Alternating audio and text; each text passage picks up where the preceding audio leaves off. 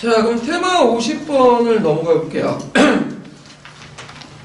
자, 조석의 이제 그 단결, 비결 사상에 대해서 이제 좀 얘기할게요. 자, 이런 단결, 비결 사상, 예언 사상이라고 이제 볼 수가 있는데, 이 여러 가지 예언 사상들이 대두됐던 것 중에 이제 사회적 배경은 그다음에 조석의 때 사회 경제적 변화를 설명하고 그 해결할 수 있는 대안이 필요한데, 그 대안이 설명과 대안을 성리학적 명분론을 가지고 설득하기가 좀 힘들다는 거죠.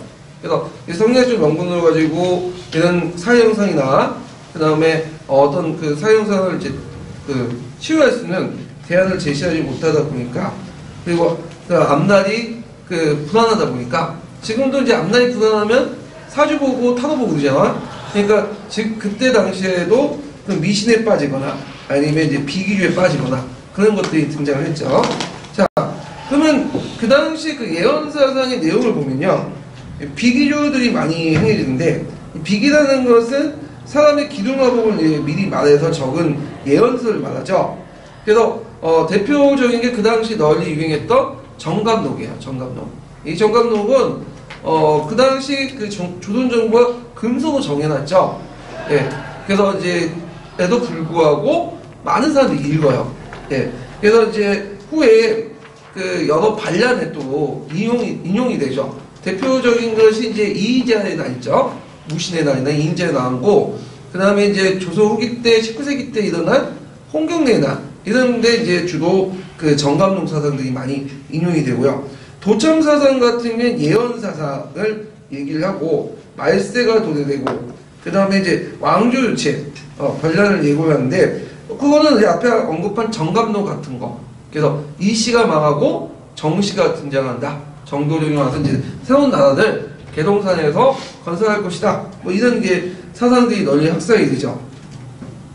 그 다음에 무격신앙 같은 경우에는 이제 개인 구복적인 성격이 가지는 민간신앙인데, 이 무격신앙 같은 경우에는 정부도 좀 일종의 공인하고 장려했어요. 왜냐하면 유교가 뭐 내세나 뭐 기복 이런 것들이 없기 때문에 일반 민간인들이 그 자신의 어떤 그 내세나 구복을 하려면 예전부터 내려왔던 신내림이나 무당 이런 데 의지할 수밖에 없는데, 이런 거는 암묵적으로 정부가 또 인정한 측면도 있다. 그 다음에 이제 그 정감록에 대해서 좀 약간 더 얘기를 할게요. 이 조선후기 때 그 정감록이 이제 되게 유행했는데, 정감록은 그 오랜 세월 동안 많은 사람들이 쓴 책이죠. 그래서 거기에 보면 임진왜란이나 병자호란도 예언했다 이렇게 있는데, 이 예언보다는 임진왜란과 병자호란 이후에 다시 가필한 거 부분이 더 강해요. 하여튼 정통 유교에서 이제 벗어나서 왕조 멸망을 예언한 참의설이다. 그래서 이제 그 정현인의 난이나 그 다음에 이제 후에 아까 홍경래의 난, 이인자의 난, 온갖 반란에 이런 그 정감록을 이용을 했다는 거죠. 그래서 이런 것들이 좀 기억을 해주시면 되고, 그래서 이제 그 내용을 보면 뭐 병난설, 피난설, 말세론 뭐 이런 것도 있는데, 뭐 임진왜란, 병자호란, 그 다음에 1864년 전란 뭐 이런 것들을 예언했다. 그래서 피난설 같은 경우에는 대내 위기식이나 관련해 전란이 있을 때 영향을 미쳤고요. 그 다음에 그래서 그 당시 반란을 피할 수 있는 십승지를 이제 되게 강조했죠. 그래서 풍기나 예천 이런 지역들 좀 강조했고, 그걸 따라서 또 이주해갖고 사는 사람도 있어요. 살았다는 사람도 있고. 그래서 말세론 같은 경우에는 이제 정치기관의 문란이나 봉건적 수탈이 심해서 민생 도탈의 비판 의식이 있고, 그 안에는 봉건적 질서를 부정하고, 그리고 정지인 추대사 돼갖고 아까 이제 이시왕조가 부정되고 정시왕조가 도래될 것이다. 이렇게 예언을 했는데, 자, 요번에 요걸 보면 이제 그 조선왕조에 대항했던 이 조선왕 시대 어떤 제거됐던 인물들 중에 좀 눈여겨보게 정몽주, 정도전, 정현인 다 뭐죠? 정씨잖아. 예. 그래갖고 이제 있는데, 이 예언은 이제 맞지 않았죠? 조선왕조는 일본한테 멸망당했잖아요. 예, 외세한테. 자, 뭐 이런 여러 비기들이 있었다. 그 중에 정감록이 되게 유명하다. 이 정도로 파악을 해두시면 될 것 같아요. 자, 그러면 관련 책들, 관련 문제들 한번 볼게요. 124페이지.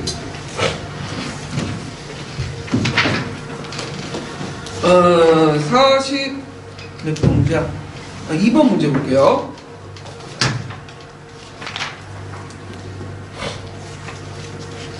자, 거기 이제 그 가에 들어갈 책 이름을 쓰고 조선후기 때 가에 영향을 받았고 일어난 반란 두 가지를 쓰시오. 이렇게 있는데, 가는 정감록이죠. 그 다음에 이제 반란 이인자의 난이나, 그 다음에 홍경래 난. 이인자의 난은 여러분들 알다시피 뭐 때문에 일어난 거죠? 그 영조 때, 그 당시 영조가 경종을 독살했다 해갖고 남인이나 소원 극작파들이 일으킨 난이 이인자의 난이죠. 무신의 난이라고 해요. 무신의 난. 무신들이 일으켜서 무신의 난이 아니라 무신년에 일으켜서 무신의 난이라고도 하고, 그 예전에 말처럼 이인자의 난은 남인하고 그 당시 소원 계통의 사람들이 일으켰지만 거기에 많은 민중들이 좀 참여했어요. 사회 경제적 발전에 따라서 거기에 피해를 받았던 많은 이제 그 일반 사람들이 참여했는데, 그때 일반 사람들 끌어들이기 위해서 그런 정감록의 예언 사상을 적극적으로 이용했다. 이렇게 보시면 되겠죠. 자, 그 다음에 뒤에 넘어가서 중인층의 신분 상승과 역사서를 보죠. 이것도 이제 04년도에 나왔던 건데요. 그 내용을 이렇게 보면,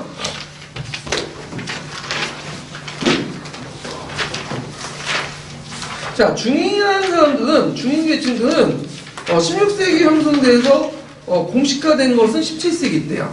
그래서 중인이라는 명칭은 17세기 때부터 이제 보이기 시작하거든요. 근데 이 중인들은 자신들이 원해갖고 중인이라고 불려지고 계층화된 건 아니죠. 원래 이들도 양반의 지배층의 한 일부였어요. 그러다가 양반의 어떤 기득권들이 강해지면서 그 하류층들이 이제 도태되면서 중인층으로 이제 분류되고 또 차별화되죠. 자, 그래서 이들은 되게 양면적인 성격을 갖고 있는데, 양반한테는 피지배층이고 천대받는 계층이지만 또 한편으로는 그 일반 평민들한테는 뭐예요? 하급 지배층이야. 그래서 이제 중간적인 어떤 지배층이고, 그리고 이들은 또 사회적 지위가 그러니까 어느 정도 의식도 있으면서 또 지위도 있는 데만 해서 양반에 비해서 천대를 받다 보니까 제일 불만이 많아요. 그래서 사회 권력을 일으켰던 그 세력들을 보면 제일 밑에 있는 계층들이 일으킨 게 아니에요. 대부분 어정쩡한 계층들 있죠. 들이 이제 불만을 가져. 그래서 고대시대 때도 육두품이나 호족 계층들이 어정쩡하잖아. 지배층도 아니면서 피지배층. 그래서 조선후기 때 중인계층. 그 다음에 프랑스 대혁명 때도 제 밑에 있는 계층도 불만 없어. 어차피 그렇게 사는 거니까. 근데 불효자 계층들 불만 있죠. 돈은 있는데 권력은 없어. 그러니까 이런 어정쩡한 계층에서 이제 불만을 많이 갔는데, 마찬가지로 중인들도 상당히 불만이 많았다. 그래서 이제 이때 중인들은 어떤 사람들이냐? 앞에 연관 서울계층, 그 다음에 또 포함 기술직, 행정실무, 그 다음 아전 이런 사람들을 중인계층이라고 하는데, 보통 이때는 이제 서울과 중인이 합쳐서 뭐라고 하냐? 중서라고 하죠. 중서. 자, 그럼 중인들의 신분상승 운동을 볼게요. 일단 서울계층을 보면 임진왜란 때, 양난 때 납속책을 통해서 일부 상승했고, 그 다음에 이제 끊임없는 상승운동을, 소총운동을 해서 영중중 때 나름대로 개혁정치 과정에서 촌요직에 일부 진출해요. 그래서 물론 이제 서울군고법이라는 큰 범위 있었지만 그 안에서도 약간 예의적으로 정유서울 허통철목을 둬서 촌요직에 일부 들어가게 되는데, 그 예를 드는 게 뭐냐면 정조 때 유독공, 박재가, 이동구 같은 사람들이 그 규장각 검서각으로 이렇게 들어가잖아요. 그 당시 규장각은 어떤 기구였어요? 그 당시 권력 기구였죠. 건보였잖아요. 그리고 결국에 철종때 친해통공을 반포돼. 그래갖고 이제 그 서울군고법이 폐지돼서 그 서울들도 문과를 볼 수 있어요. 법제적으로 대가를. 그래서 그 당시 이제 올해 청룡직까지 제도적으로 올라갈 수 있었다. 그런데 이거는 법제적인 차원이지 사회간섭적으로 뭐죠? 계속 또 차별을 받았어요. 서울들은. 자, 그 다음에 중인계층을 보자. 그러니까 중인계층들도 서울의 어떤 신분상승 운동에 영향을 받았고, 이들도 그 신분상승 운동을 전개했는데, 이들은 이제 뭐가 있죠? 경제력과 전문 지식이 있죠. 특히 역광계층들 같으면 돈을 많이 번 사람도 많다고 했죠. 자, 그리고 이제 그렇지만 이들 중인계층의 어떤 대결 소총운동은 실패했다.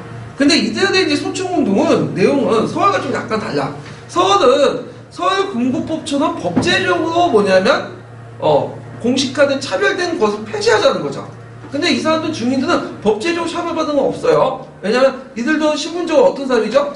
양인이죠. 그러니까 이 중인들의 운동은 뭐냐면 지금까지 간행적으로 그런 차별받았던 것들을 뭐냐면 철폐해잖아. 그래서 우리도 이제 뭐냐면 문과시험을 볼 수 있고, 근데 문과시험을 볼 수 있죠? 근데 그 간행적으로 막는 거죠. 그 다음에 이제 뭐냐면 또 당상관까지 올라갈 수 있고 이런 것들을 요구를 했는데 이걸 이제 거절당한 거지. 예. 자, 하여튼 그럼에도 불구하고 역관들은 이제 외국무역을 통해 도구세로 성장했고, 그 다음에 역관 중에 그 역관들이 이제 청나라 왔다 갔다 하다 보니까 그 여러 가지 이제 뭐냐 서양의 과학 기술이나 이런 서학들의 밝은 사람들이 많아요. 그래서 이제 이들이 후에 그 근대사 사상을 이제 수용하는 어떤 주도적인 역할을 하게 되죠. 그래서 개화파 3비조 중에 3명 중에 오경석 같은 사람 있죠? 오경석. 원래 역관 출신이죠? 그 다음에 이제 유대치 같은 사람, 의관 출신. 그래서 이런 중인계층들이 이제 많다. 그래서 이 중인계층들은 전문가로서 되게 공리적이고 출세지향적인 성격이 있어요. 되게 실용적인 지식들을 많이 갖고 있죠. 그러다 보니까 이제 나중에 이게 양면적인 측면도 있어요. 왜냐면 실용적인 측면도 갖고 있으면서 그렇기 때문에 근대사상을 빨리 수용했지만 이 사람 너무 실용적이기 때문에 또 심해 달라붙죠. 권력에 달라붙고 그 다음에 누구한테 달라붙은 거야? 일본한테 달라붙은 거지. 그래서 나중에 이 뭐냐면 중인들 출신 중에 상당수가 또 뭐예요? 친일파들이 또 많아요. 네. 그래서 이런 양면적인 측면도 동시에 가지고 있다. 자, 문화적인 측면에서는 뭐냐면 독자적 문학이 형성되는데 이것이 이제 뭐냐면 그 위양문학이라고 하는 거예요. 위양문학, 여왕문학이라고 하는 위나 여왕은 마흔의 뜻이야. 예, 그래갖고 이 여왕문학은 이제 중인들의 문학인데 주로 이제 조선 후기 때 중인 서울 출신의 하급관리들이 중심으로 해서 여러 이제 시사들을 만들었어요. 그 중에 시사 조직 중에 하나가 뭐냐면 옥계시사가 있어요. 옥계시사. 예, 그래서 이제 여러 시사들의 활동을 통해서 자신들의 어떤 그 문학적인 재능들을 뽐내고 양반들과 원래 문해 활동을 하고 했는데 조선 정부도 그걸 어느 정도 공인해줬어. 인정해주고 장려해주고. 왜냐하면 조선 정부 입장할 때 서울이들이나 이런 중인들이 불만이 있다는 걸 알고 있거든요. 근데 너무 엉들면 어떻게 돼요? 퍼져나가잖아. 그러니까 숨통을 터준 거지. 그래서 반란을 일으킨 것보다는 이런 불만들을 그냥 문학 활동을 통해서 나도 퍼주려는 게 조선 입장에서는 조선 정부 입장은 좋은 거고 또 조선 정부는 어떤 세력이든 뭐 노비든 천민이든 그 양반이든 그냥 글을 읽고 유교 정신을 함양하고 그리고 이런 것들 되게 장려를 했거든요. 그래서 이런 것들은 장려해줬다. 그래서 이제 이런 여러 시사 조직들이 그 뭐냐면 조직했고 일부 양반들도 거기에 이제 지지를 내고 같이 참여했다. 그 영종교육 때 어떤 문해 부흥과 또 연결돼 있다. 이렇게 이제 보시면 되겠죠. 자, 그 다음에 중인대 역사서. 이거 예전에 한번 시험문제 나왔죠.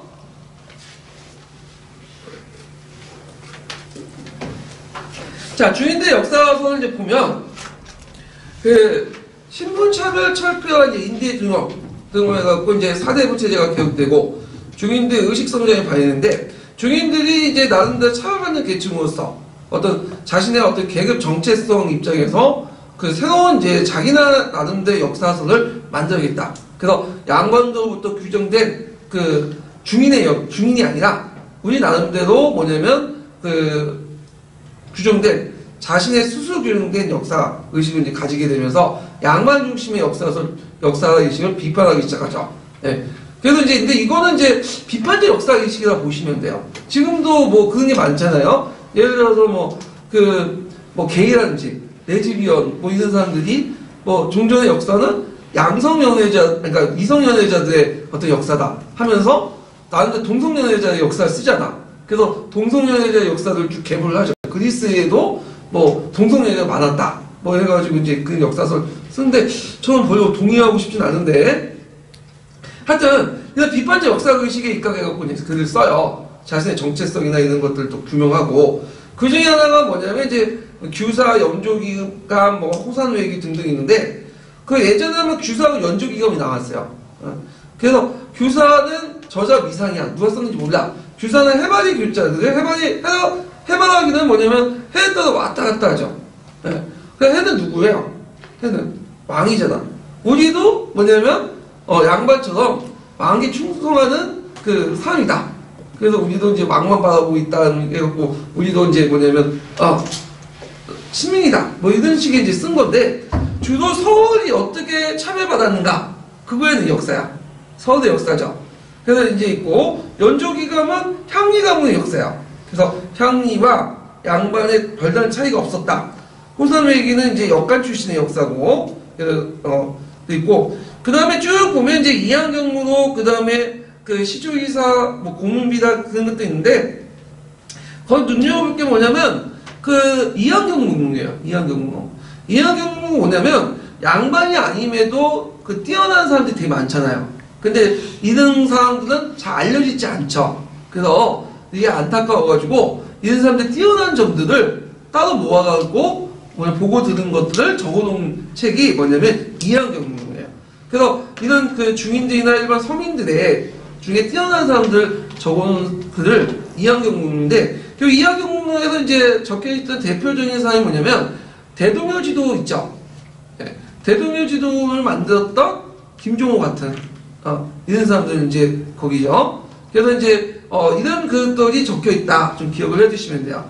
그래서 예전에 규사 연조기감 나올 때 이게 이제 누구의 역사냐 물어본 적 있어요. 그래서 이걸 제가 그때 지금은 다 알고 있는데 그때는 뜯어오는 문제였거든. 이게 뜯어오는 문제였어요. 그래가지고 분명히 서울 항리 역관 중에 3명 중에 1명일 거다. 이렇게 이제 제가 판단을 했는데 어떻게 썼냐면 저는 이걸 이제 좀 이게 2점짜리 문제였거든요. 2점짜리니까 3점짜리 문제였는데 그 규사를 그 향리로 적어놓고 연조기감을 서울로 적어놨어. 다 틀렸죠 그냥. 다 틀렸는데 어떤 분은 어차피 찍어야 되니까 누구나 아는 사람이 없었어요 그때는. 근데 어떤 사람은 서울로 다 찍고 향리로 다 찍었어. 예, 1점 맞았잖아. 그러니까 모르면 그냥 하나 다 찍으세요 그냥. 예. 그러면 그 2, 3점 중에 1점은 건질 수 있는데 이렇게 이제 뭐냐면 이렇게 두세 개를 생각하고 이제 바깥에 이렇게 적어놓으면 다 잃어버리는 거야. 욕심 버리고 모르면 그냥 한 줄 딱 찍는 게 나아요. 예, 이거는. 자, 그렇다고 쓰지 않으면 또 그렇다고 해서 1점 또 완전 날아갈 가능성조차도 없어지는 거잖아. 그러니까 요런 문제들이 나오긴 나와요. 가끔씩 시험 문제 보면 진짜 생각하지도 못하는 문제들이 나오거든요. 예. 그러면 그 문제를 그냥 포기하기는 좀 그렇잖아요. 그러니까 딱 그 예문을 보고 대충 이게 예문에 누구나 쓸 수 있는데 과연 이게 답일까 생각하지 말고 그냥 쓰세요. 쓰면 운 좋으면 3점짜리 문제면 뭐 3점 다 못 받더라도 1, 2점은 건질 수 있어. 이런 식으로 1, 2점 건지면 5, 6점은 건질 수 있는 거거든. 예, 그러니까 포기하는 거 낫다. 예. 자, 그래서 뭐 이렇게 보시면 되고, 자, 의의는 이단 그의 중인층의 역사서를 통해서 중인층의 성장의 자기 표현이고 그걸 통해 자기 역사의 정리를 기고해서 자신의 어떤 계급적 정체성을 강화시키고 신분 상승의 의지를 표출했다. 그리고 그 당시 왕조 중심, 양반 중심, 지배층 역사에서 벗어나서 평민 중심의 역사학이 퇴보됐다. 이렇게 이제 보시면 되겠죠. 자, 그러면 관련된 그 평가평가 문제를 이제 보고 넘어갈게요. 127페이지 보세요.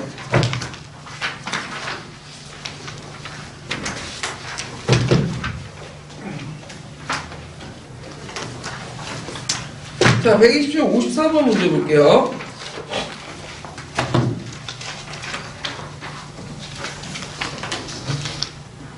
자, 다음 비추신 서울통의 의미를 두 주인의 서술해보고 정조와 철종 때 서울 차별철폐 사안을 각각 한 가지 말해보시오. 그 다음에 이제 이 운동에 미친 영향을 말해보시오. 이렇게 있는데, 자, 1769년에 그 이순독이 상소를 올려 그 서울통을 철회했다. 그래서 이렇게 쭉 내용이 있는데, 여기에서 서울통의 의미가 뭘까요? 네. 그래서 이제 그 의미는 그 당시 이제 헐통이라는 것은 뭐예요? 막힌 것을 뚫어준다는 거죠. 시내 통공처럼, 통공의 의미처럼. 그래서 서울이 양반 자제면서 청역입 같은 중요 간직에 올라갈 수 없기 때문입니다. 무슨 법 때문에 그렇죠? 성종 때 완성된 서울근거법 때문에. 이미 서울처벌은 이제 태종 때부터 있었고, 그걸 제도적으로 확립된 것은 이제 뭐냐면 서울근거법이라는 법이 있죠.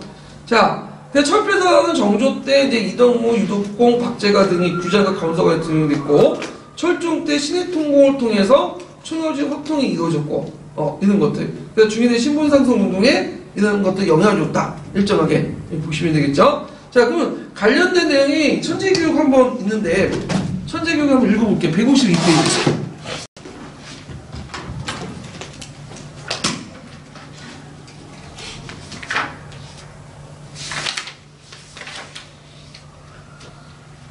자, 중간층에 이제 신분 상승 운동 해가지고, 거기에 이제 그 서울호통운동과 통초운동 이렇게 있는데, 요거 한번 읽죠. 예.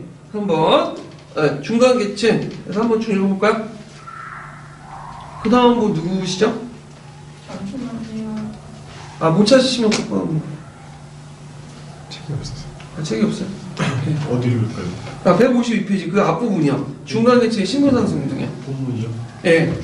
중간계층을 대표하는 신분에는 서울과 중인이 있었다. 이들은 관직 진출에 제한이 있었는데 조선 후기에는 이러한 제한의 변화가 나타났다. 서울은 양반의 자제이면서도 주요 관직에 나아갈 수 없었다. 서울들은 이러한 제한을 철폐하고자 서울호통을 요구하는 상소를 집단적으로 올렸다. 이러한 운동으로 성과를 거두어 정조 때에는 이덕무, 유독공, 박제가 등이 규장과 검서관으로 등용되기도 하였다. 서울호통 운동은 19세기에도 지속되어 과거 시험이나 관직 진출에서 서울에 대한 차별은 점차 사라져갔다. 서울의 신분 상승 운동은 중인들에게도 영향을 주었다. 유관이나 역관 등 전문직을 수행하였던 중인들은 축적한 재산과 실무 경력을 바탕으로 신분 상승을 추구하였다. 신분 차별에 반대하는 중인의 신분 상승 운동은 양반 중심의 신분 질서를 동요시키는 또 하나의 요인이 되었다. 한편 전문 지식을 지닌 중인 중 일부는 성리학 이외에 새로운 것을 수용하는 데 보다 적극적인 태도를 보이기도 하였다. 예를 들어 청과의 외교 업무에 종사하는 역관은 서학을 비롯한 외래 문물 수용에 선구적 역할을 하였다.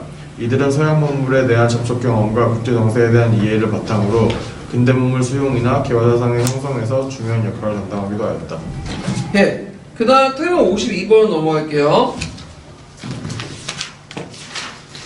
자, 예전에 한번 기출문제에 그 객관식 기출문제에 나왔던 건데, 그 인구가 조선후기에 들어가면 상당히 많이 증가되거든요. 그러면 인구 증가는 이제 보면 두 가지 측면이 있어요. 하나는 출산율이 증가돼서 이제 자연적인 증가 측면도 있고 사회적 측면도 있어요. 그래서 출산율 측면에서는 그 당시 이제 의학서가 널리 보급이 됐죠. 뭐 동의보감이나 이런 것들이 그런 측면도 있는데, 주로 이 당시에 이제 인구 변동의 이제 큰 원인은 중에 하나가 사회적 인구 증가예요. 그래서 사회적 인구 증가라는 거는 국가의 공권력이 강해지면서 국민들 제도 파악이 되는 거죠. 그래서 그 당시 행정력을 동원해가지고 호구조사 이런 것들이 활발히 이루어졌는데, 호구조사는 이제 그 주로 국가가 이제 필요한 인적 자원을 파악하기 위해서 그 당시 각 군현의 인구수를 근거로 해당 지역의 군역과 공무원을 부과하기 위해서 이런 것들을 이제 한 거죠. 원칙은 3년마다 이제 수정해서 작성해서 호적 대장을 만들어 놓고, 그래서 이제 이걸 지방 간서에 만들어 놓고, 그 다음에 세부를 작성해요. 중앙 간청에 이렇게 보관하는 걸 하는데, 주로 그 호구조사의 문제점은 뭐냐면 남성들만 기록이 됐어요. 주로 남성들. 네. 왜 남성들만 기록이 됐을까요? 이때 남성들은 주로 어떤 사람일까요? 네. 어린애들도 약간 있겠지만 남정네들. 왜? 국가가 동원하기 편한 거 뭐예요? 공물과 국역은 남자들이 하잖아. 네. 특히 군역 같은 거. 네. 이렇게 이제 요용의 군역을 자원을 활용하기 위해서 남정네들만 주로 이제 기록을 했기 때문에 실제 인구수와 차이는 많이 나요. 이거 거기 한 2배는 곱해야 돼. 실제 인구수는. 그래서 이제 있고, 그래서 이제 인구 변동을 이제 보면 중요한 건 아닌데, 대개 이제 19세기 세종 때 400만이었다가 임진왜란 때 500만에, 그러다가 이제 19세기 말에는 1000만 명 정도. 그래서 이제 그 전에도 더 있었겠죠. 근데 정확히 파악을 못하고 19세기 말의 기준에서 그 당시 1000만 명 정도 됐다. 그래서 행정력 강화로 인구조사가 철저히 실행됐기 때문에 아마 1000만 명이면 거기에 곱하기 2를 하면 2000만 명 정도 보시면 돼요. 2000만 명이죠. 남자나 그 어린애까지 이제 합쳐가지고 이렇게 이제 근데 이렇게 호구를 통해서 인구 변화를 정확히 알 수 있는 거 물론 정확히 지금처럼 정확히 알 수는 없지만 난다 알 수 있었던 거는 뭐 때문에 가능했냐면 오가작특봉하고 호패법을 강력히 시행했기 때문이죠. 오가작특봉하고 호패법은 예전에도 있었어 조선 전기 때도. 근데 이거는 시행하다가 여기 반발이 있겠죠. 근데 조선 후기 때부터는 이제 완벽하게 이제 시행됐다. 네. 그러면 국가의 행정력이 강화됐다는 거예요. 네, 강화됐다는 거. 네. 그리고 그 당시에 출산은 되게 많이 했죠. 근데 출산 많이 했고 또 뭐야 사망도 많이 했어. 특히 유아 사망률이 되게 많았다고 그래요. 유아 사망률. 그래서 이제 그 당시에는 뭐 천연두라든지 뭐 그다음 콜레라, 그다음 이질 뭐 이런 것 되게 많았잖아요. 이런 것 때문에 유아 사망률이나 이런 것들 유행병 때문에 많이 죽었는데 여자분들도 이제 많이 죽은 원인이 뭐냐면 지금과 달리 그 애나타 많이 죽었어요. 애나타. 왜 애나타 많이 죽었냐면 산부인과 그런 개념이 없었어요. 그 당시에는. 그래서 애나타 잘못하면 거의 뭐냐면 죽어야 돼. 그래서 한 10명 중에 한두 명은 애나타 죽는 그런 경우가 많았거든요. 이제 이거 왜 언급하냐면 예전에 한번 시험 문제 나왔기 때문에 그래요. 네. 나올 가능성이 별로 없는데 근데 이거와 이제 관련된 것이 이제 중국사에서 지정은제 있죠? 지정은제가 이제 실시되면서 어떻게 돼요? 인구가 늘어나잖아. 이 인구가 늘어나는 건 자연적 인구 증가도 있겠지만 사회적 인구도 많아요. 증가도 많아요. 왜냐하면 이제는 예전에는 성인 남자를 가지면 태어나면 숨겼잖아. 세금을 물어야 되니까 정세를. 근데 정세가 폐지되고 이제 지세에 들어가면서 이제는 남자애가 태우면 다 신고했기 때문에 인구가 이제 뛴 거죠. 이런 거와 이제 연관시켜서 보시면 된다. 자, 그 다음에 1425번 문제, 그 다음에 태몽 53번 이렇게 넘어갈게요. 자, 조선후기 한촌 질서의 변화, 이렇게 좀 볼게요. 자, 조선후기 때에는 이제 조선 17세기 초기에서 중기까지는 사족들의 한총 지배력이 계속 유지됐죠. 그래서 이때 이제 성리학적 지배가 강화되면서 여러 가지 사회 경제적 변화들이 일어났다고 했죠. 그 대표적인 것이 그 17세기 초반 때부터 그 남기 여가원에서 뭘로 바뀌어요? 신형제도로 바뀌잖아요. 그거는 성리학자들이, 그러니까 사족들이 한총사의 성리학적 가치관을 강화시켜 가면서 이런 현상들이 일어난 거야. 자, 근데 이런 것들이 17세기 후반 한국 정치가 시작되면서 붕괴가 되게 돼요. 그래서 이때부터 이제 한국 탐방 정치를 통해서 왕권, 중앙 집권화가 강화되죠. 그러면서 지방의 사족들이 어떻게 권한이 약화돼. 그래서 이제 한총사에 큰 변화가 일어나는데 한총사에서는 예전에 사족들이 나는데 장악을 하고 있었잖아요. 근데 17세기 후반부터는 이제 중앙 권력이 강화되면서 중앙 권력의 대변자였던 수정과 향리들이 힘이 커지게 돼. 그래서 그 사족들은 힘이 그만큼 상대적으로 어떻게 되겠어요? 약화되고 그 다음에 이제 17세기 후반 이후부터 또 어떤 이런 현상이 일어나냐면 상품화폐 경제가 발달되면서 그 당시 그걸 통해서 부를 추적한 계층들이 양반지위를 사게 되죠. 그래서 신양 계층이 등장하죠. 그래서 종전에 부양 계층들과 뭐냐면 향연을 둘러싸고 싸우게 되잖아요. 이걸 뭐라고 해요? 향전이라고 하죠. 근데 수령 국가 입장은 누굴 지원해주죠? 신양을 지원해줘. 왜? 돈이 많으니까. 그래서 이제 이들이 이제 권력을 한총사를 장악하는데, 근데 이들은 종전의 그 구현과 다른 면이 있어. 왜냐면 종전의 구현과 사족들은 나름대로 이제 유양서라든지 그 다음에 한약이라든지 이런 걸 통해서 나는 한총사의 권력 구조를 장악을 했잖아. 새롭게 창출하고. 근데 이들은 그러지 못해. 다만 향인 자리만 차지하고 있고, 누구의 부세 기구 전락하냐면 부세 자문세력으로 떨어지냐면 수령대 부세 자문세력으로 떨어진 거야.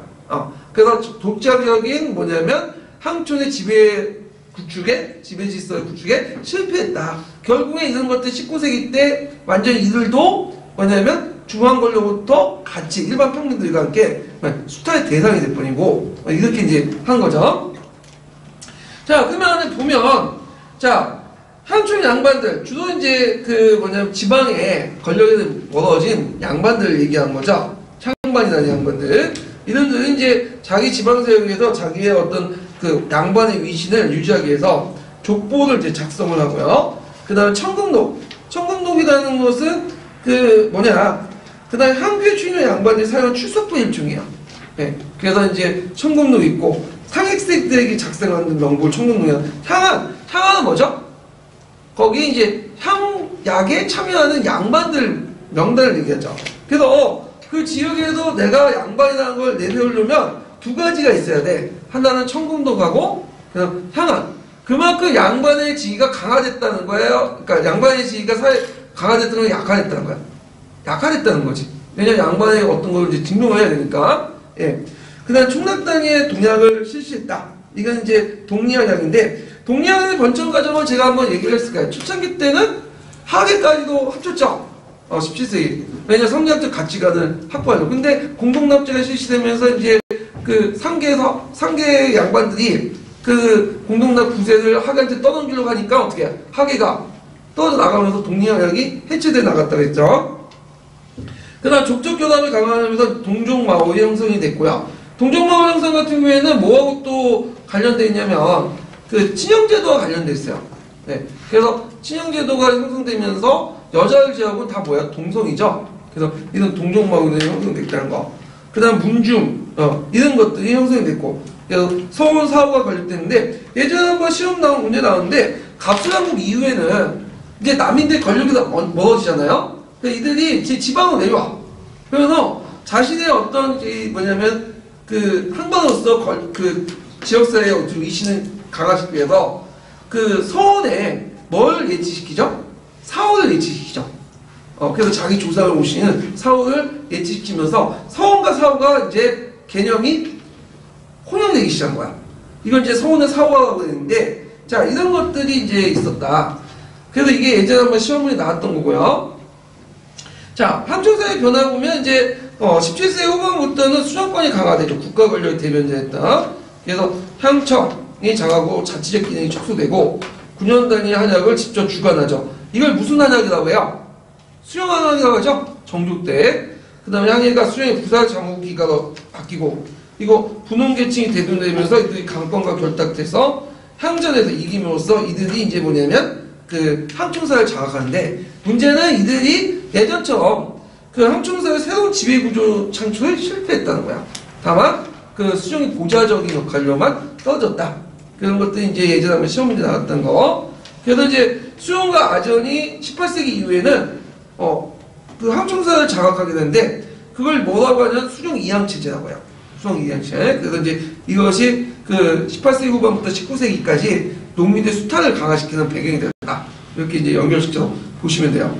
자, 그 다음 민중조직으로서는 이제 민주도의 항해가 개최돼서 총계, 민해, 이해, 동해, 도에 있는데, 민해, 이해, 동해 이런 것도 도해는 그 아까 얘기했죠. 19세기 때 그 기존의 한약이 어용화되면서 그 당시 요구민계층들이 한총사에 주도적으로 만든 자치 한약이라고 했죠.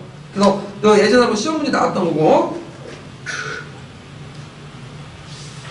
두뇌는 그 집합법 안에서의 이제 뭐냐면 공동조직이에요. 그러니까 이 학법이 널리 보급되면서 학예 중심으로 해갖고 형성된 그 뭐냐면 자치 그 조직인데 상부상조 조직이죠. 그래서 그 16세에서 55세 이하의 성인 남자로 구성됐고, 그 다음에 보통 20명, 30명 이하 그 안에서 조직된 거죠.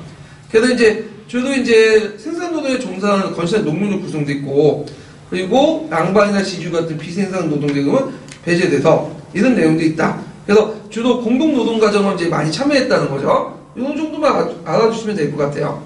자, 그럼 관련된 그 형사평가 문제 좀 볼게요. 117페이지.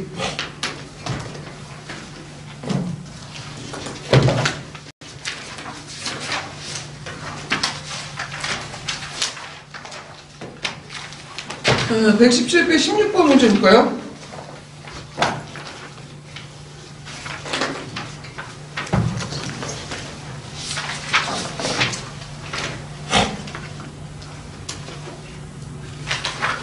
자, 가해 목표를 서술해보고 그 미출진 시행의 구성원들 두 가지를 말해보시오. 향진에 대한 수령의 입장을 말해보시오. 이렇게 했는데, 자, 여기 보면 그 간은 사족 간에 발생은 했지만 기본적으로 한 건에 장악했던 사족에 대한 새로운 성장 계층의 도전을 위해 하게 되는 것. 가에 들어갈 일단 것은 뭐죠? 향전이죠. 그래서 목표는 이제 신앙이 구형에 대한 자신의 이해관절을 시키는 건데, 요건 좀 답이 좀 약간 그런데 실제로 향인직을 둘러싸고 일어난 거죠. 예, 자수별관직을. 그래서 요게 이제 구성원들 이제 보면 신앙의 구성원은 기존의 사도집회 치세에서 소외된 양반층, 서원이나 그 다음에 새로운 경제적 발전을 기초로 해서 합법적 비합법적으로 양반지를 획득했던 이런 요구민층, 이렇게 중인층 이렇게 보시면 되고, 수령의 입장에서는 현실적인 심의 우위를 인정해서 신앙세력의 지원을 묵인해줬다 이렇게 보시면 돼요. 예. 자, 그 다음에 그래서 향전과 관련된 사료를 한번 또 보고 넘어가 볼게요. 자, 천재교육 153페이지 잠깐 펴보세요.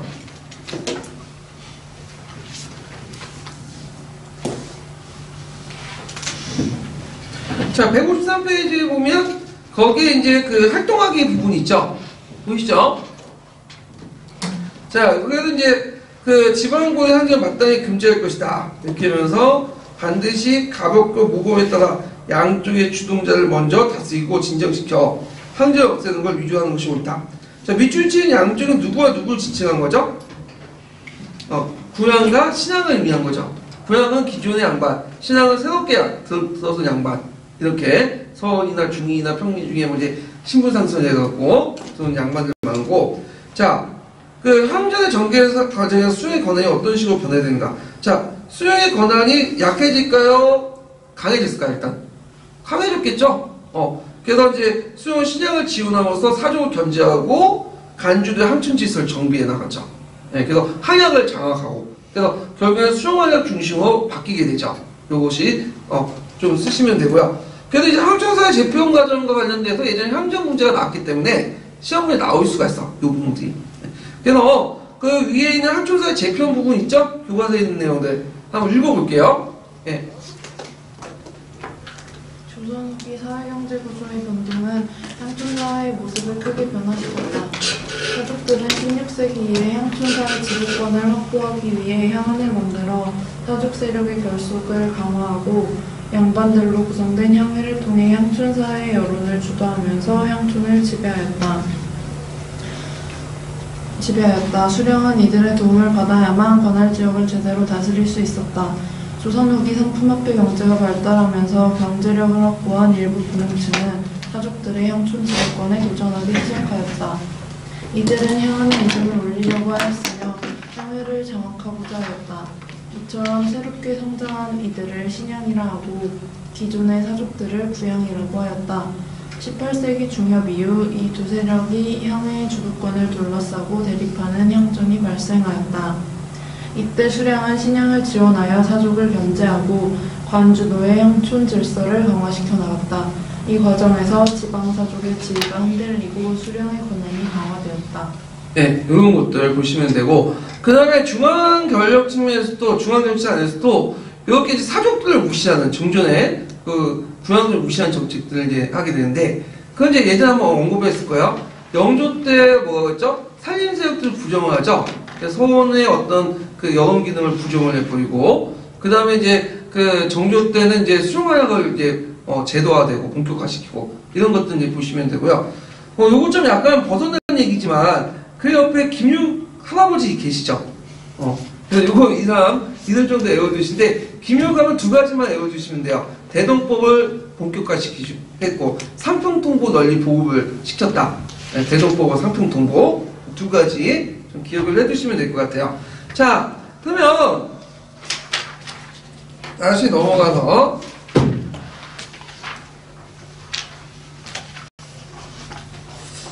다음 또 넘어갈게요. 다음 테마로 조선후기 천주교.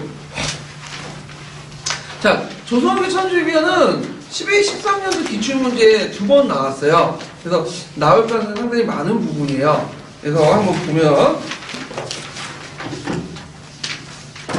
자, 천주교는 16세기 말에서 이제 17세기 초에 명예왕래했던 사신들에 의해서 천주교에 관한 한역서적들이 이제 우리나라에 소개되면서 들어왔는데, 처음에는 이게 이제 신앙 차원에서 도입된 것이 아니라 학문적인 측면에서 도입을 했어. 그래서 이제 근데 그래서 이 한국적으로 처음에 도입을 할 땐 북인 계통의 애들이 도입을 했거든요. 근데 이걸 신앙 차원에서 흡수 통합하는 사람은 누구냐면 남인 계통의 애들이야. 네, 정형외과 있는 사람들이 다 남인이죠. 예. 특히 남인 중에서 다 남인이 그런 게 아니라 영남 남인 쪽은 그러니까 오히려 천주를 반대했고 좀 근기 남인 쪽 있죠. 그러니까 우리가 보면 중상주의자들 그런 사람들이 주로 많이 도입을 했다. 그리고 우리나라 천주교의 특징은 뭐냐? 보통 외래에서 많이 선교사들이 와서 처음에 전파하잖아요. 근데 우리나라는 자발적으로 들어왔어. 자발적으로. 자생적으로 등장했죠. 그래갖고 이제 나중에 커지니까 그때서 이제 로마에서 이제 신부를 파견하는 그런 형태였죠. 그래서 이제 특징을 가지고 있다. 자, 그래서 이제 그 전파 과정을 좀 볼게요. 구체적으로. 자, 이수경이 그 지봉유서에서 마테오리치의 천주 시대를 소개했죠. 그래서 이때 천주라는 건 뭐죠? 천주라는 건 하나님이라는 뜻이죠. 시라는 하나님의 진짜 의미라는 뜻이죠. 그래서 중국 애들은 그 한나 때 상제 숭배 사상이 있었어요. 상제는 이제 천이죠. 하나님인데 이게 이제 이거하고 뭘 똑같이 본 거죠? 기독교는 하나님하고 똑같이 본 거야. 그래서 너희들이 그 천이라는 것은 성리학에서 왜곡된 거다. 성리학에서 하늘 천리라고 하죠. 인격하는 신이 아니잖아요. 근데 이것은 잘못된 거고 이 천이라는 의미는 한나 때, 한당 시대 때 그 하나님이 말하는 거다. 상제를 말하는 거다. 그러니까 내가 지금 가르치고 있는 기독교는 그 새로운 것이 아니라 한당 시대 때 상제를 모셨던 것들을 다시 복구시키는 거다. 천의 의미를 가로잡는 거다. 천리가 아니라 뭐다? 상제다. 그래서 상제를 하나님으로 이렇게 보고 뭐냐면 서술할 책이 천주시이죠. 그래서 이 천주시는 원래 기독교 의미하고 좀 약간 탈색된 건데 나름대로 이제 천주교가 이제 중국인들에게 이제 먹혀들기 위해서 좀 이렇게 중국의 입맛대로 이제 쓴 책이에요. 하여튼 이 천주시를 이제 소개를 했다. 전파 과정을 보면 아까 얘기했처럼 이제 처음에는 서학이라는 큰 틀에서 이제 학문적으로 했지만 나중엔 기독교가 이제 종교 이제 수용이 됐죠. 그 선교사 전파가 아니라 자율적인 수용이고, 처음엔 북인 계통의 애들이 이제 그걸 소개해줬는데 실제로 이걸 신학으로 받아들인 것은 종교 받은 건 이익 계통, 남인 세력들이 주로 받아들였다. 근데 주의할 것은 이 모든 남인들이 다 받아들인 건 아니에요. 근기남인 중에 일부 세력들 맞아요. 근기남인 중에. 그래서 근기남은 다 천주교 좋아했던 것도 아니고 반대했던 사람도 많아요. 그러면서 이제 점점 이 서학이 서양이 원래 과학과 기술의 의미도 있잖아요. 근데 천주교가 부각되면서 서학이 뭘로 인식됐죠? 천주교 인식이 되는 거예요. 천주교 한정돼가지고. 자, 그럼 세력학대를 이제 볼게요. 이 세력학대도 관련돼갖고 이제 한번 시험 문제 나왔는데, 우리나라 최초 영세를 받은 사람이 누구죠? 이승우죠. 그래서 이승우가 이제 우리나라 최초 영세를 받고 북경에서 교회를 창설했어요. 그래서 이제 이승우 기억을 해두시고, 그 다음에 18년 안동김씨 세력이 이제 장악하고 박해가 완화됐죠.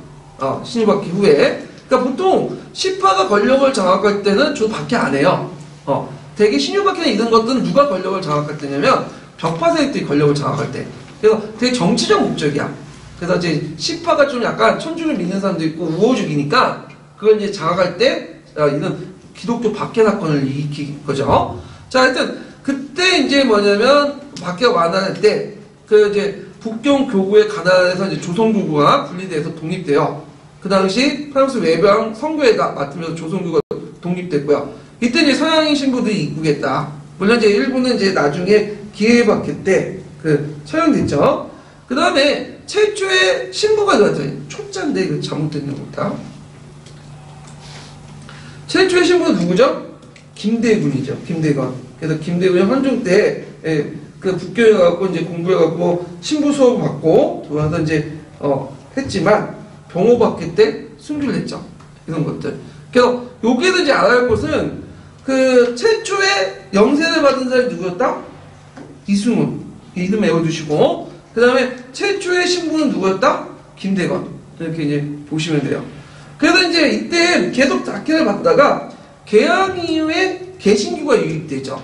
개신교가. 그 다음에 이제 그 서양에서 막 열강들 비판을 하니까 이제는 박해를 이제 안 하게 되죠. 그래서 개신교는 운이 좋았어. 천주교는 박해를 받았는데 그 피를 밑에 깔아준 피를 밟고 누가 들어온 거야? 개신교가 들어온 거죠. 이런 식의 이제 하고 자 그 다음에 신앙활동을 보면 평등사상과 내세 신앙을 이제 전파를 했고 그 다음에 근기남인 중 일부 남인세력들이 이제 그것을 그 종교 차원에서 믿기 시작했다. 그래서 정양 형제들이 이제 이런 것들을 많이 믿게 되죠. 근데 그렇게 이제 했던 게 뭐냐면 그 남인들 사상체계를 좀 보여야 돼요. 남인들 사상체계 보면 이들도 기본적으로 어떤 사람들이에요? 성리학자들이죠. 근데 성리학을 좀 탄력성 있게 해석하려고 했어. 뭘 끌어들였죠? 육경을 끌어들였어. 육경을 강조하는 건 한당유학이죠. 자, 한당유학에서는 하늘을 뭘로 보냐면 성리학처럼 천리를 안 봐요. 뭐 상제도 보죠. 상제 입구로 하나님 연결되죠. 하나님 인격신 아니야. 상제 또한 인격신이죠. 네. 그러니까 이들이 기호가 맞는 거야. 기호가 코드가 맞다 보니까 남인 중의 일부가 그 천주교를 받아들였다.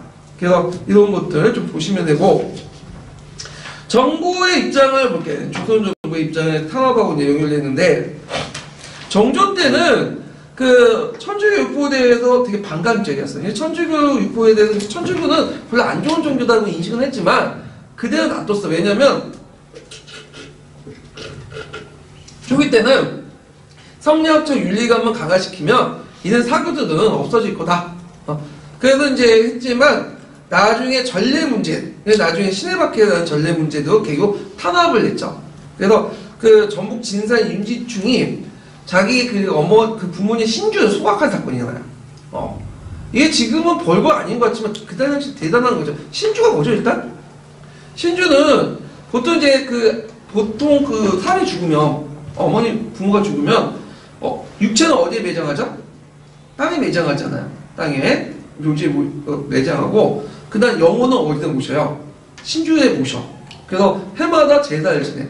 그래서 보통 몇 대까지 모시죠? 보통 4대까지 모시잖아요. 자기가 고조 할아버지까지. 예. 그래서 이제 4대 끝나면 한국에 치워놓죠. 이걸 매조라고 하는데, 왜냐면 4대 지나면 이제 좀 멀어지는 거잖아. 근데 그때 당시에는 4대까지 같이 살았어. 왜 같이 살았냐면, 결혼을 빨리 했어. 그래서 여러분들 그 가족 스캔들 보면 30대에 벌써 30대 초반에 할아버지라는 소리 듣잖아. 그래서 그 당시에는 30대 할아버지고 그 다음 50대 증조 할아버지고 70대 고조 할아버지야. 그러다 보니까 같이 살다 보니까 그냥 그 4대까지 이제 뭐냐면 제사를 지내고 있는데 하여튼 이 신주가 되게 중요했어요. 근데 그걸 소각을 한 거야. 성리학적 나라 국가에서. 그러니까 이게 그 진산에서 일어났던 진산 사건이라고 하는데 이걸 계기로 해갖고 이제 그 당시 이제 무슨 박해가 일어나는 신해 박해가 일어났어. 근데 신해 박해는 크게 펀치지 않았어. 그 윤진춘이나 몇 사람들만 처형당하고 막았거든요. 예. 그래서 이제 정조가 이걸 확대시키지 안 했던 이유가 뭐냐면 천주교가 누구하고 또 관련되어 있냐면 그 남인계층들 관련되어 있어요. 남인계층의 상당수가 호의적으로 또 믿는 사람도 많았기 때문에 잘못하면 이제 정조 있을 때는 자기 친인색들이 남인들이 많잖아. 18세기 중에. 그러다 보니까 이제 뭐냐면 벽파, 노동자의 공격을 받게 되고 약간 이제 정치적 균형 깨지겠죠. 그래서 나중에 이제 천주교의 비판이 너무 많으니까 그 당시 그 노동 측에서 이걸 물타기용으로 일으킨 게 뭐죠? 문체 반정운동이죠. 문체 반정운동. 자, 이렇게 이제 해서 그냥 넘어갔는데 나중에 이제 세도 정치기 때 들어오면서 본격적으로 탄압을 하게 돼요. 특히 이제 본격 탄압은 박해가 뭐냐면 신유박해죠. 신유박해. 예. 신유박해는 이제 뭐냐면 순조 1년 때 벽파가 이제 권력을 장악하게 돼요. 정승환과. 그래갖고 벽파가 이제 시파를 공격하면서 박해 사건이 일어나게 되죠.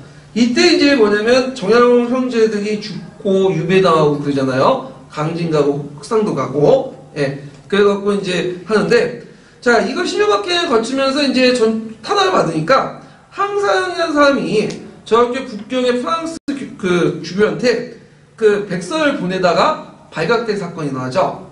우리 도와달라. 그래서 우리 지금 탄압을 받고 있으니까 조선이라는 나라를 친공 좀 해달라. 그래서 항상 백서 사건이 나는데 이것 때문에 이제 천주교가 이제 뭘로 인식해요? 이게 이제 나라를 팔아먹는 매국놈이라 인식하게 되겠죠. 이렇게 이제 외세 세력과 연관된 세력으로 이제 인식을 하게 되면서 탄압이 가속화되죠. 이렇게 좀 기억을 해두시면 되고, 그 다음에 이제 또 하나의 박해는 기해박해인데, 기해박해 현종 5년 때 일어났어요. 기해박해는 그때도 이제 실권 누가 하면 풍양조씨야. 풍양조씨 시파가 아니라 벽파 쪽이에요. 그래서 이 벽파 풍양조씨가 시파의 안동김 씨는 이제 공격하기 위해서 이 기해박해를 일으켰어. 그래갖고 그 당시 이제 프랑스 인부가 장하상 등 200명의 교도들 처형시켜 오가작동법을 강화시켰다. 원래 오가작동법이라는 것은 천주교 박해에 이용하는 게 아니라 군역이나 이런 세금을 효율적으로 매길 연대 책임제거든요. 근데 이제 그 19세기 들어가면 오가작동법이 뭐냐면 이제 그 주변에 이웃에 천주교 신자가 있어. 근데 신고를 하는 뭐야? 5개를 묶어가지고 공동 책임을 묻는 거야. 그래서 이제 천주교 박해의 수단으로 사용돼요. 천주교 박해. 그래갖고 이제 이런 기해박해를 불러일으켰다. 그래서 요것도 기해박해도 아까 얘기한 것처럼 어떤 성격이 강하다고 했죠? 이것도 상당히 정치적 성격이 강해. 정치 성격. 벽파가 누굴 공격해서 시파를 공격해서. 그러니까 되게 사대박해 보면 이제 신유박, 치해박해, 신유박해, 기해박해 이런 것들 보면 벽파가 주로 일으켜. 벽파가 시파보다는. 예. 그래서 이제 이런 것들이 있다는 걸 이제 좀 기억을 해두시고, 또 하나의 이제 그 박해가 뭐냐면 병인박해죠. 병인박해. 이건 흥성대원군 때 일으켰던 박해죠. 그래서 이때 이제 프랑스 신부와 신자들이 처형되고, 이것 때문에 일으킨 양요가 뭐예요? 병인 양요죠. 이거는 이제 좀 이따 설명을 해드릴게요. 자, 이런 것도 있었다. 이렇게 보시면 되고요. 자, 그 다음에 뒤에 넘어가서 그 천주교 수용에 대한 신학자 인식을 이제 좀 볼게요. 이것도 예전에 한번 기초에 나왔던 건데, 신학자들도 모든 사람이 다 천주교를 좋아했던 건 아니에요. 그래서 이제 천주교에 대한 인식이 좀 다른데, 전면 배경론자들이 있어. 천주교는 당장 없애야 된다. 대표적인 사람이 이익 같은 사람. 그래서 이제 신우당 안정복 이런 사람인데, 이익은 이제 두 가지 측면인데 서학에 대한 인식이 좀 약간 이중적이야. 그 기술이나 이런 것들은 적극적으로 받아들이자. 근데 뭐는 배격하자는 거죠? 그 천주교는 배격하자. 그래서 천주교 그 신학자 이익 같은 경우에는 천주교는 불교처럼 허망한 종교고, 천주교의 청당 지옥서는 불교의 윤회성과 마찬가지로 세상을 화목하는 종교다. 화목하는 종교다. 해서 되게 비판적이었어요. 이 사람은. 그 다음에 이익의 그 제자였던 그 안정복 있죠. 그 안정복은 이제 이익의 제자 중에 좀 보수적인 사람이, 이 사람은. 좀 약간. 그래서 그 보통 성호학파 중에 성호우파가 있고 성호좌파가 있죠. 성호우파 같은 경우는 그 좀 서학을 배제한 채 성리학적 가치를 강화시키려고 했던 사람인데, 그 사람의 이제 대표적인 사람이 안정복이고, 그 다음에 그에 반해서 그 성호좌파 같은 경우에는 서양의 기술과 사상과 이런 것들을 적극적으로 받아들이는 사람이죠. 그 대표적인 사람이 정영이 같은 사람인데, 자, 하여튼 이 안정복은 그 천황운담이라는 책을 써요. 천황운담은 이제 천주교와 관련된 교리를 비판하는 거야. 그래서 유교적 입장에서 이렇게 비판한, 천주교 교리 비판한 책 내용이다. 그래서 이제 그 천주교는 똑같은 얘기를 해요. 이처럼 청당 지옥설 믿을 게 못된다. 그래서 그 천당 지옥설을 믿어서 현실의 현실을 고통스럽게 생각하고, 그 다음에 자신의 문제나 세속사를 무시하고, 부모님 공경하는 것도 무시하고, 이런 것들 되게 비판하게 됐다. 이렇게 이제 보시면 되고, 그 다음에 이에 반해서 적극적으로 수용하자는 사람이 있어요. 그래서 이병이나 건천씨 같은 사람이 있거든요. 이 사람은 신앙학, 자기도 이제 믿게 돼. 이 사람들은. 예, 그래갖고 이제 이병이나 건천씨 같은 사람들이 이제 대표적인 사람인데, 그 이병 같은 사람은 이제 그 이승우가 북경에 들어오고 정식 교인이 되고 영세를 받고 기구하니까 이벽과 같이 활동을 했어요. 그래갖고 이벽이 이제 이승우를 도와가지고 1784년에 우리나라 최초의 천주교회를 창설했던 사람인데, 문제는 이 이벽이 나중에 이제 이게 천주교 활동하니까 부모님이 이제 화가 나고 이벽을 이제 뭐냐면 가택 연금을 시키거든요. 지금 나가는. 그래서 이벽이 나중에 뭐냐면 단신해갖고 죽게 돼요. 그래서 일종의 뭐라고 할까? 단신에 죽는 게 일종의 뭐야 자살이죠. 그래서 성인 취급을 못 받고 있죠. 천주교에서. 왜냐면 천주교에서는 자살은 뭐예요? 금지됐잖아. 그래서 성인 취급을 못 받고 있어 지금. 그리고 이것도 연관돼갖고 이제 그 누구죠? 이토 시노부미를 죽였던 안중근 이 사람도 천주교 신자죠. 근데 천주교 신자는 어떻게 해야 돼요? 사람을 죽이지 않잖아. 근데 그 사람을 죽였잖아. 그래서 천주교 신도가 아니다 해갖고 지금 뭐냐면 그 인정받지 못하고 있는데 뭐 이런 거 이제 연관시켜서 이제 보시면 되고 그 다음에 이제 정야원 같은 사람들인데 정야원 같은 사람들은 좀 약간 이 사람도 좀 약간 그런데 이 사람도 그 형제들과 함께 천주를 믿었다고 그래요. 천주교를. 그래 나중에는 배교했죠. 천주를 버렸죠. 그렇지만 이제 일단 버리고 나서도 서양의 과학기술을 적극적으로 수용하고 천주교 평등사상을 또 적극적으로 수용했어요. 그래서 그 정야홍의 이제 그 사상에 보면 천주교에 대해서 상당히 호의적이었다. 천주교에 대해서 이제 호의적인 측면이 상당히 강하다. 이런 것들을 이제 주장을 하죠. 그래서 그때 이제 그 하늘을 이 사람은 뭘로 인식했냐면 천리를 인식하지 않았어. 천리가 뭐예요? 어떤 그 법칙, 운행 법칙 같은 거 있죠. 하늘을 뭘로 생각하냐면 상제, 인격신을 생각했어. 그래서 모든 하나님 밑에는 모든 사람이 다 평등하다. 그런데 하여튼 그것 때문에 나중에 이제 뭐냐 박해를 받아갖고 저기 강진에 유배에 갔잖아요. 자기 형은 어디로 갔어요? 흑산도 갔고 정학전 같은 사람은 그래서 이제 이렇게 있고 근데 이해원적 인식인데 이해원적 인식이 거의 대부분이에요. 뭐 북학과 홍대영의 이동무, 박지원, 뭐 안정복이나 그 박재가 안정복 빼세요. 안정복 빼고 박재가 이런 사람은 과학기술 수용하되 그 종교의 윤리는 거부하는 이런 것들이 있다. 이렇게 분리 수용하자 이렇게 이제 주장했던 사람들이고 자 그러면 관련된 그 형성평가 문제를 한번 풀어볼게요. 418페이지. 418페이지가 118페이지요.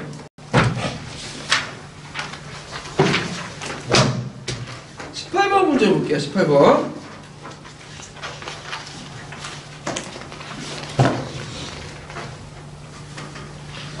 자, 다음 사례와 관련된 정조 때 천주교 관련 사건이 무엇이며 천주교가 탄압받던 사상적 배경을 말해보시오. 자, 이거는 이제 뭐와 관련된 거냐면 진산사건이에요. 진산사건.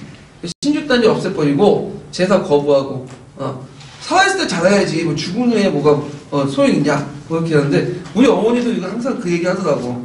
살아있을 때 잘하라고.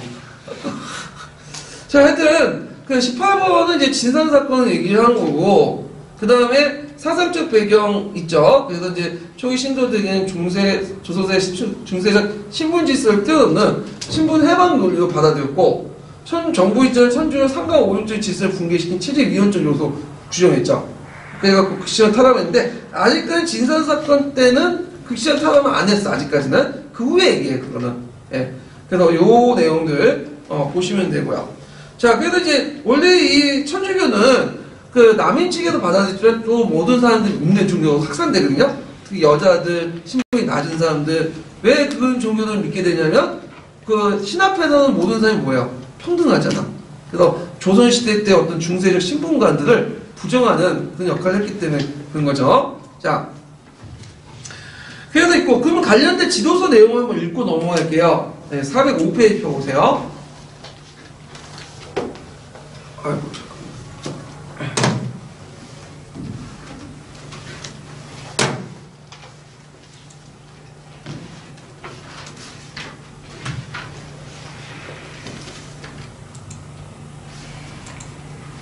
지금 405페이지.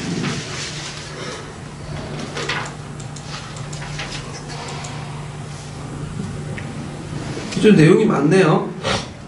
자, 서학의 평등관 있죠? 근데 첫 번째 단락은 건너뛰고, 두 번째 단락부터 해가지고, 이것도 되게 많네. 그럼, 요거는 예문 같은데?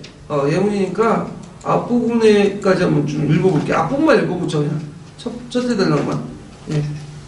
조선의 처음 조선에 그 다음 분 누구죠? 처음 조선에 들어온 전주교는 사화부로 지어내렸다. 사화부 16세기 이래 중국과 조선에 전래된 서양의 과학기술과 사상체계를 의미하는 말이다. 당시 동양에 전파된 서양의 과학기술은 천문학, 지리학, 수학, 의학 등의 여러 분야를 포괄하고 있었고 사상의 측면에서는 스콜라 철학과 카톨릭 신학을 기초로 한 기독교 사상이었다. 사학은 중국에 와서 선교활동을 하던 서양 선교사들이 한문으로 보내던 서학서에 의해 조선에 소개되었다. 서학의 과학성인 기술발전의 전문, 역사에 대한 효용성으로 주목을 받았고 실제 망군지도, 천리경, 자명경 등은 의식의 전환에 기여했다. 한편 전교에서 소외되어 있던 지하지식인들은 한문적 호기심으로 서학의 전문성에 관심을 가지게 되었고 마침내 새로운 가치체계에 도움하여 신앙운동을 이끌었는데 그것이 전통적 가치체계와 대립하면서 탄압을 받게 되자 동양의 학문과 동일한 범주 안에서 이해되던 서학의 과학성은 제약을 받게 된다. 그리하여 1784년 이후에는 서학이라 하면 천주교 신학만을 의미하게 되었다. 예. 자, 그 다음에 다음 테마 넘어갈게요. 문제 여기 다음 테마 넘어갈게요. 자, 동국제의지 넘어가요. 동국제의지.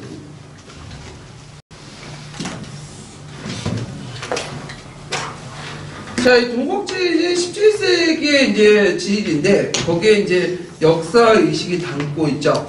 그래서 예전에 한번, 08년도에 한번 문제 나왔던 건데요. 자, 그 내용을 좀 보면요.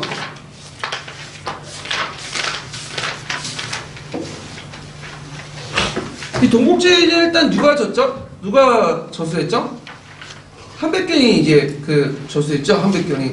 그래서 이제 이 사람은 이제 그 북인 계통이지만 남인 계통과 연결돼갖고 또 이제 쓴 게 특징인데, 우리나라의 고대사를 뭐냐면 체계를 나누는데 종종과 다르게 나눴어요. 지리적 관점으로 나눴죠. 그래갖고 이제 한강을 경계로 해서 남방계와 북방계 이렇게 이원화 시켰고요.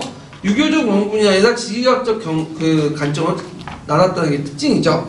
그래서 이제 보면 부족국가 시대나 삼국시대, 고려시대로 이렇게 나라를 분류했고, 위치, 강역, 종족, 형세를 고중하여 고구려 북방계로 선전 인식했다. 그래서 종전에는 되게 신라를 남방계 쪽에 더 강조했는데 이런 북방계 역사인식을 되게 강조했다는 게 특징이고요.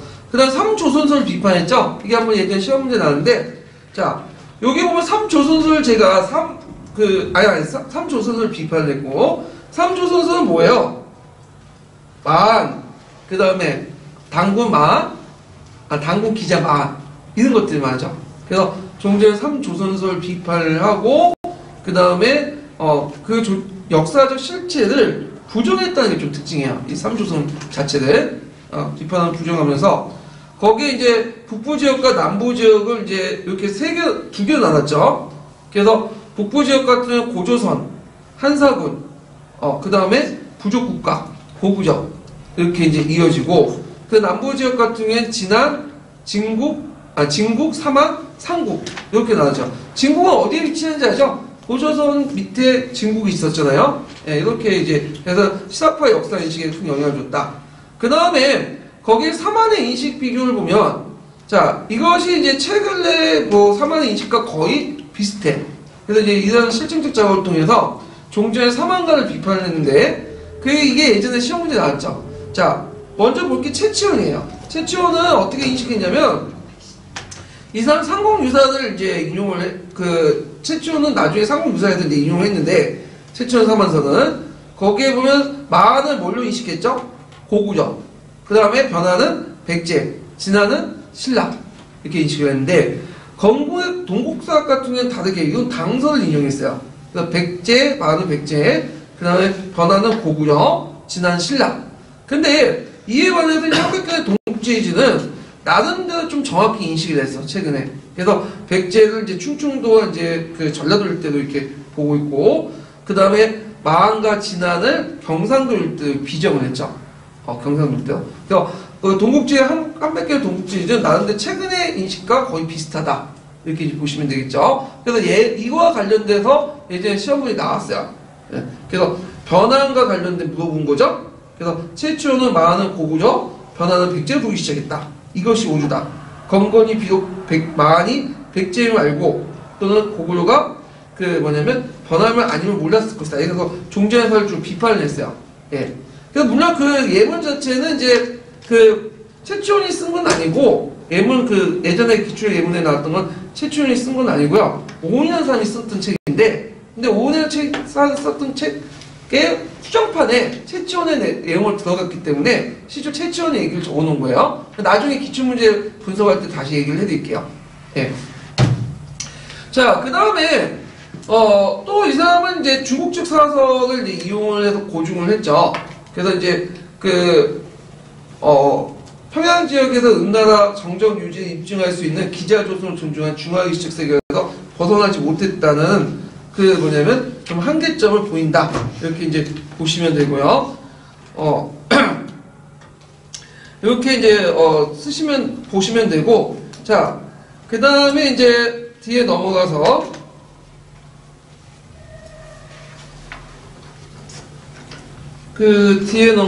조선 후기의 천문학과 수학을 볼게요. 태어 56번.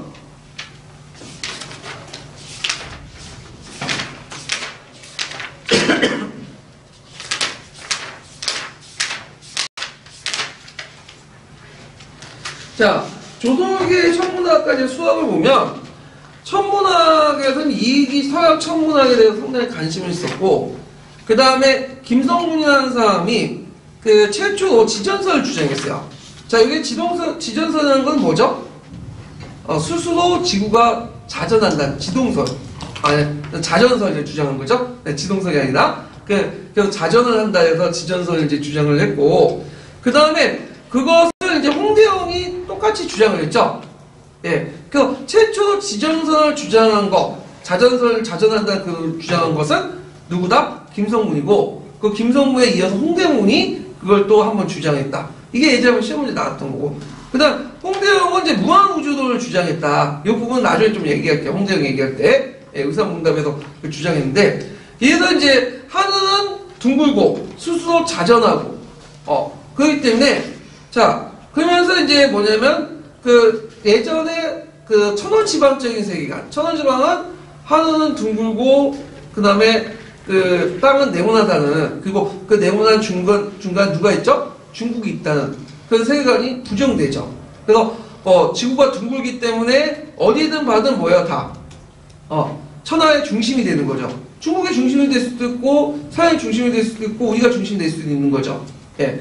그러니까 이제 이것은 지리학적 관점에서 중국 중심의 어떤 세계관이 깨지게 되는 거죠.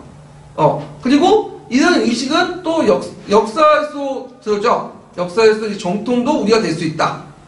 사만정통을 중심으로 해갖고 역사를 바라보게 되는 그런 것도 이제 계기가 되는데 그것이 이제 또 연관돼갖고 나온 것이 뭐냐면 이제 마테오치의 그런 공연만국 전도죠. 공연만국 전도. 그래서 이제 이 부분은 좀 나중에 얘기할게요. 자, 하여튼 있고 그 다음에 역법에서를 보면 역법 달력인데 조선 후기 때 뭐가 들어왔냐면 청나라부터 시원역이 들어왔어. 시원역은 이제 뭐냐면 누가 만들었죠 이거? 서양신발 아담색이라는 사람 아시죠?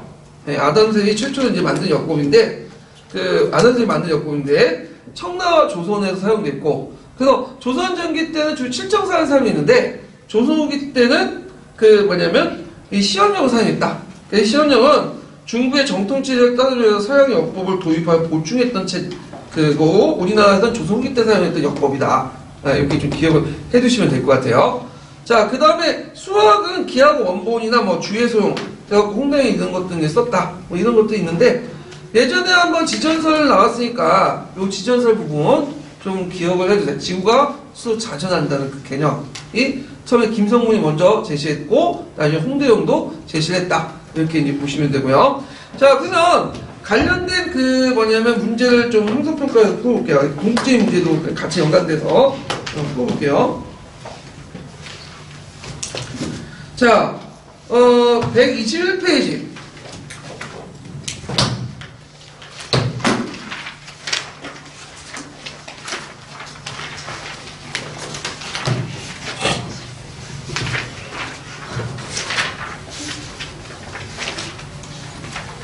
121페이지 29번 문제.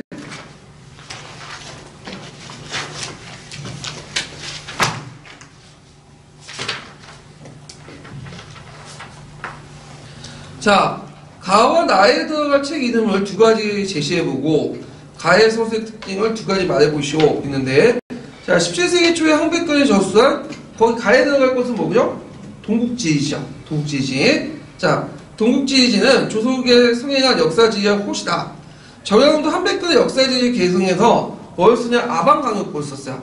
우리나라의 역사의 어떤 우리나라의 어떤 그 지지 이런 아방강역고를 썼는데, 이 아방강역고도 마찬가지로 그 한강을 기준으로 해가지고 북반계 남반계 이렇게 나눴거든요. 역사인식이 반영되는데, 그래서 고조선의 위치를 한반도 북부에 규정하고 우리 고대사를 한강으로 경계로 남과 북부 이은체제 봤다. 이건 동일해요. 그럼 고조선의 위치를 한반도 북부, 그러니까 만주가 아니라 한반도 북부로 이렇게 규정한 이유가 뭘까요? 이거는 좀 지금 입장에서 좀 사대적인데 그때 입장에서 상당히 자주적이야.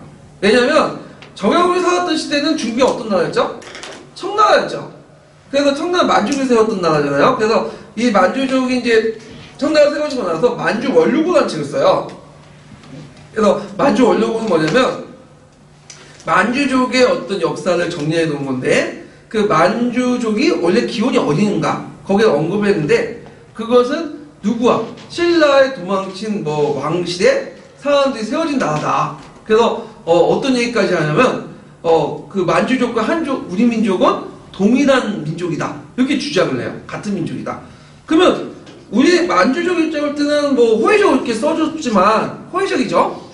너 우리가 삼국인데 너네들하고 같은 민족이 좋을 거 생각했지만 우리 입장은 상당히 뭐예요? 기분 나쁜 거죠. 어찌 감히 만주족하고 우리가 동급을 해? 그러니까 만주족과 우리나라가 다르다는 걸 보여줘야 될 거 아니야. 그러니까 우리나라의 선조였던 고조선, 그 고조선은 만주에 있어서는 안 돼. 어디에 있어야 되겠죠? 한반도에 있어야지. 만주에 있으면 잘못하면 만주족과 우리가 어떻게 돼요? 동일한 민족이 돼버리는 거잖아. 그래서 그건 시대적 배경에서 볼 때는 그 사대적 측면이 아니라 자주적 측면에서 보셔야 될 것 같아요. 그러니까 그 당시 이제 18세기 넘어간 그 시학자들은 만주를 한반도 남쪽을 비정을 해. 그래서 우리가 이제 만주족이 아니라는 걸 보여주기 위해서 이런 것들을 이제 좀 기억을 해주시면 되고, 자, 그러면 요 관련된 부분들은 한번 예전에 한번 시험문이 나왔기 때문에 동국지리 부분은 읽고 넘어가 볼게요. 한번 그 지도서 몇 페이지야 이게? 448페이지.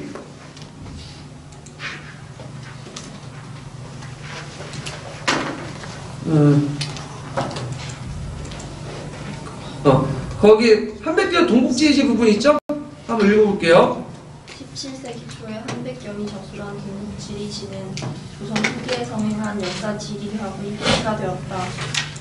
동국지리시는 우리나라와 고대사 체계를 한강으로 경계로 하여 그 남쪽과 북쪽을 이원 체계로 보았으며, 유교적 명분이 아니라 지리적 관점에서 우리 역사를 체계화하려고 노력하였다. 아울러 한백경은 중국식 역사서를 이용하여 보증하는 데 느꼈다.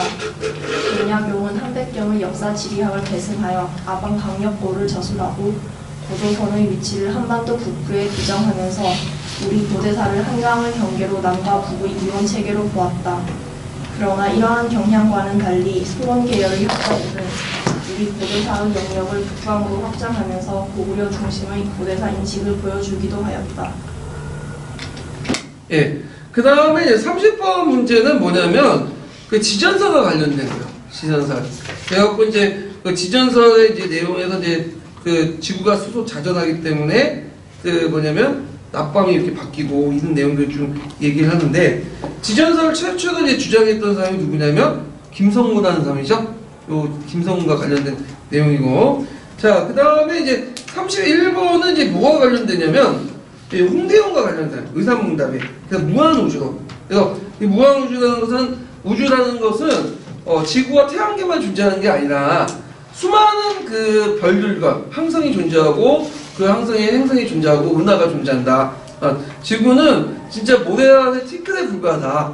이 주장한 게 무한우주론이죠. 네. 그 티끌에 살고 있는 우리 인간은 진짜 별로 가치 없는 존재고, 그 안에서 중국의 우이고 뭐 이런 것은 다 쓸모없는 거다. 이렇게 주장하는 게 무한우주론이죠. 예. 그래서 이런 우주관, 지리관 이런 것들은 종전의 중국 중심의 세계관을 무너뜨리는데 큰 기여를 했고 그게 어디에 반영된다고요? 역사관에도 반영이 돼요. 역사관에도. 자, 그래서 이제 이런 내용도 이제 파악을 해주시고 자 다음 테마 넘어가서 조선 후기 신학자 역사 인식의 변천은 좀 쉬었다 할게요.